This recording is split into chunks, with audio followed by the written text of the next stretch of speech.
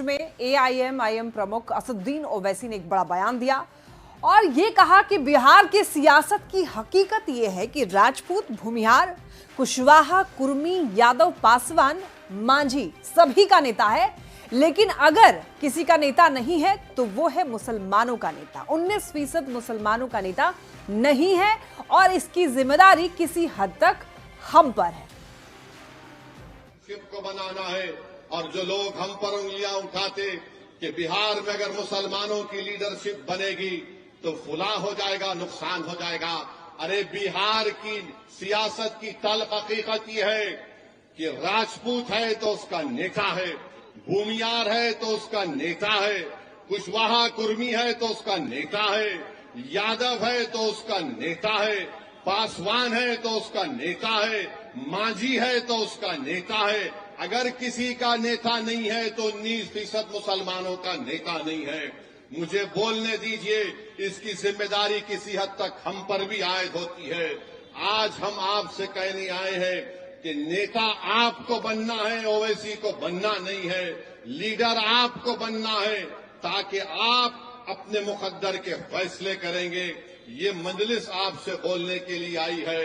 ये हमको पिछले 25-30 साल से एक अफीम दे देकर हमको बेहोश कर दिया गया, हमको खामोश कर दिया गया कि नहीं, बीजेपी को हराना है। एआईएमआईएम प्रमुख असदुद्दीन ओवैसी ने कहा है कि 19% मुसलमानों का नेता नहीं है और इसकी जिम्मेदारी हम पर है। अब इस बयान पर देखिए राजनीतिक बयानबाजी तेज हो गई है। आरजेडी ने कहा कि ओवैसी का बयान अपने मियां मिट्ठू जैसा है।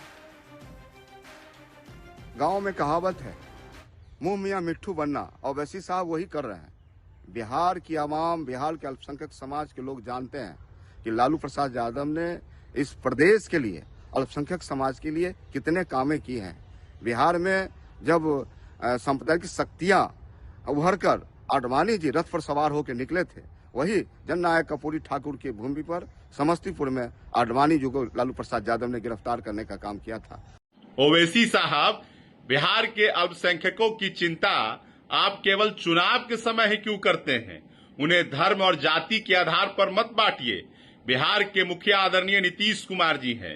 अल्पसंख्यकों के सामाजिक, शैक्षणिक, आर्थिक, राजनीतिक उत्थान के लिए नीतीश कुमार जी काम कर रहे हैं।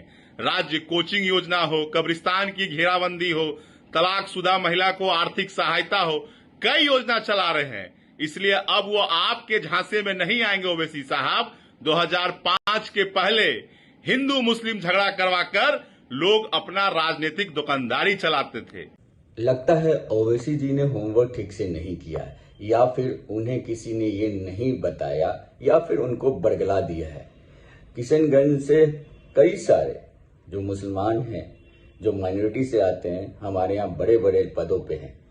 आप देख लीजिए ना, विधायक दल के नेता शकील अहमद खान हो गए, हमारे जावेद जी जो 3 टर्म के एमपी हैं, उससे केंद्रीय कमेटी से हैं, उनसे बड़ा नेता कौन हो सकता है?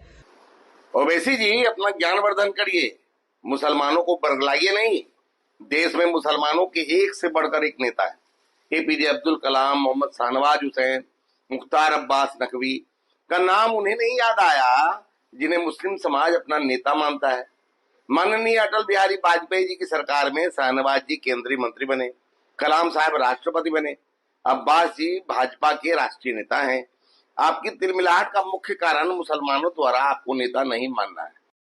अब देखिए ओवैसी जो कह रहे हैं उनके पीछे मकसद क्या है, आइए समझते हैं। और उसे समझने के लिए सीमांचल के समीकरण को आइए समझेंगे। देखिए सीमांचल की बात करें तो सीमांचल में 4 जिले शामिल हैं, पूर्णिया, कटिहार, किशनगंज और अररिया।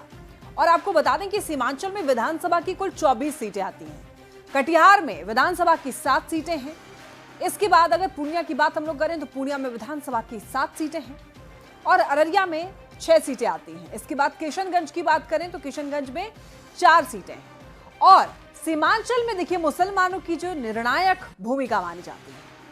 साल 2020 की बात करें, यानी कि पिछली बार विधानसभा के चुनाव की बात करें तो एनडीए के खाते में 12 सीट गई थी सीमांचल की, और यहीं पर एआईएमआईएम 5 सीट मिली थी। बाद में ओवैसी के जो 4 एमएलए थे वो आरजेडी में शामिल हो गए थे और इस बार ओवैसी की साख भी दांव पर लगी हुई है। 15 सितंबर को ही पीएम ने पूर्णिया का दौरा किया और ऐसे में कहा यह जा रहा है कि इस बार सीमांचल का जो समीकरण है काफी ज्यादा इस बार दिक्कत करने वाला है।